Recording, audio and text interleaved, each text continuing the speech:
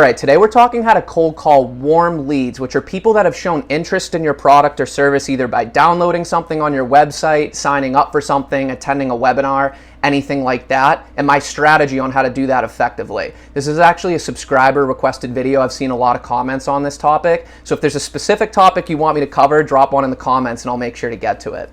But I'll start off with what not to do when cold calling a warm lead, because I think it's a big mistake a lot of reps make, and I certainly made this mistake when I started out, is calling them and telling them the reason you're calling is because they signed up for something or because they downloaded something. So it sounds something like, hey, I'm just reaching out because I saw you downloaded this white paper, or I saw you signed up for this webinar.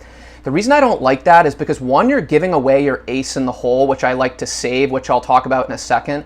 But two is that people don't like to feel like they're being watched generally. They don't want someone reaching out just because they signed up for something. Think about your own life if you're ever in, I don't know, Best Buy or in the shoe aisle somewhere and you're just looking on your own and you see the salesperson lurking around the corner ready to jump in like a shark. You're kind of just like, all right, leave me alone. Like, I don't need your help right now.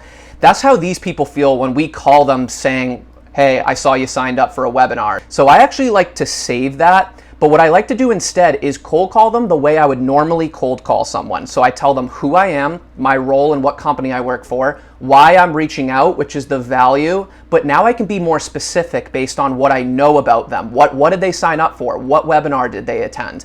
So let's say I'm calling on HR software, for example. Instead of normally when I'm cold calling a lead, I'd keep it broad and say we support HR processes and just name a few and hope one lands. Now I can be more specific. So I know if I know they signed up for a payroll webinar, then I'll reach out saying I support and work with companies on payroll processes and mention specific things that I know they're interested in. Or if it was around talent management, then I'll reach out and say I work with companies on talent management processes. But I'll act like it's a total cold call. I don't want to let them know I'm calling just because they signed up for a webinar. So this prevents them from feeling like they're being watched, and it actually makes you seem more valuable, like you actually know them and their problem. The other thing is now I can act with more information, but if I'm wrong or if they push back and they say, no, I don't have the time, or I don't think I really want to meet on this, why are you calling me? How'd you get my number? I'll almost put the blame on them, if you want to call it that, and be like, oh yeah, your name came across a list on my desk. It's usually because either you signed up for a webinar, downloaded a white paper, something like that. And that way it almost shifts the blame to them and makes it seem like, oh yeah, I did sign up for that webinar, or I did download that white paper. And it keeps you from seeming like the marketer that's kind of stalking them.